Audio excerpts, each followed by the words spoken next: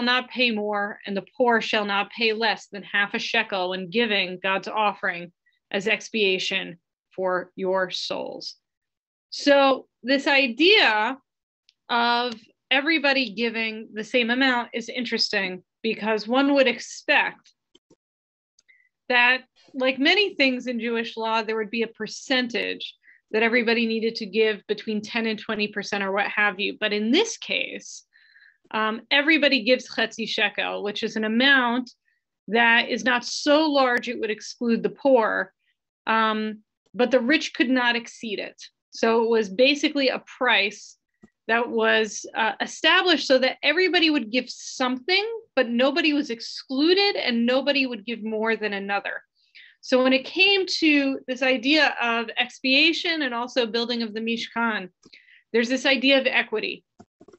Now, in Parshat Truma, people would give gifts of the heart, whatever they may be, in accordance with who they were. But here it's a chetzi shekel for everyone. And Cheskuni, one of the medieval commentators, says, a wealthy person must not contribute in excess of this. For if the Torah were to allow the wealthy to contribute more and the poor to contribute less than half a holy shekel each, how could each of them attain the same level of atonement? And so here what we have is really a very ancient idea of equity, that there are some things where natural or unnatural differences in wealth or gifts can be recognized in taxation or in the giving of gifts.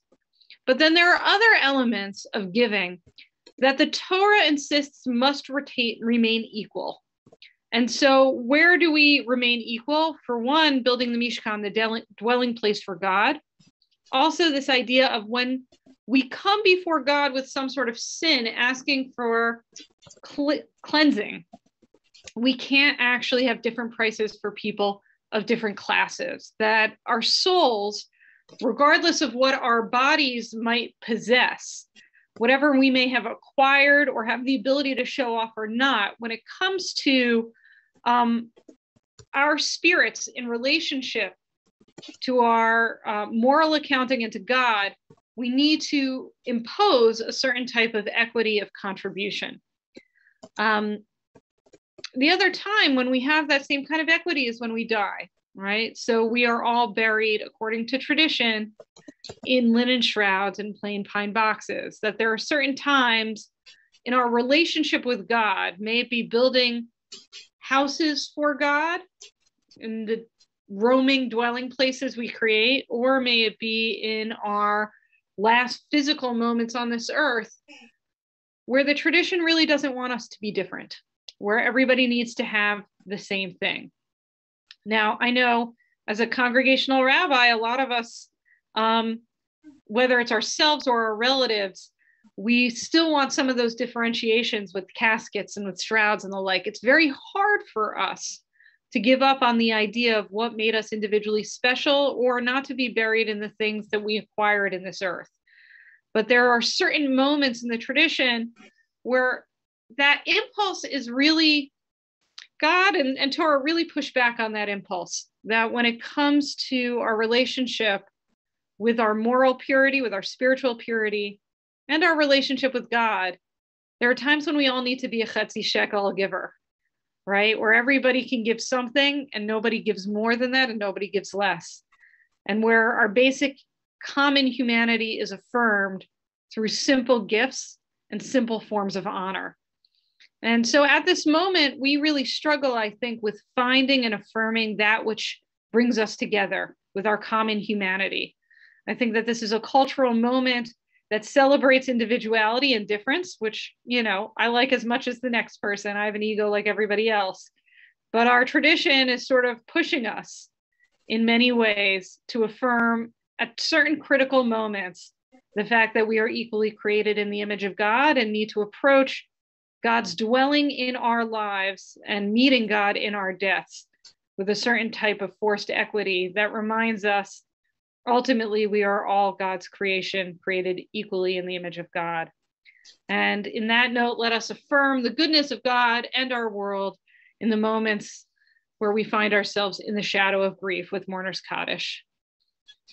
Thanks, Rabbi Isaacs. Friends, I will invite you to unmute yourselves at this time. Please do it as quietly as you can, and I will also share the text of the Kaddish on the screen. Very important, please wait for Rabbi Isaacs to begin before we start to say the Kaddish. And I'm going to try something new today. Instead of me just telling you to please wait until we're done before saying your goodbyes, we're going to do it differently. Please wait until I stop the screen share before you say your goodbyes, if that works. Aye. All right, everybody together. Yitkadal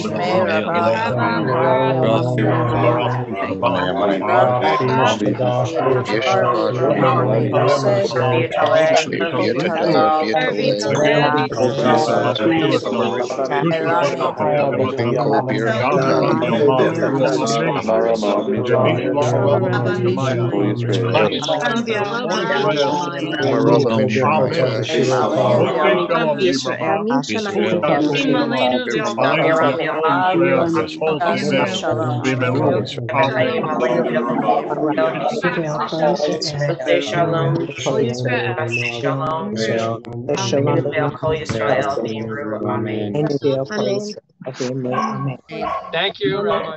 Amen. Thank you. Amen. Thank you. Thank you. Rabbi Yitzhak. Thank you. Thank you. Thank you all. Thanks. Yasher koach to everyone. Thank you so much.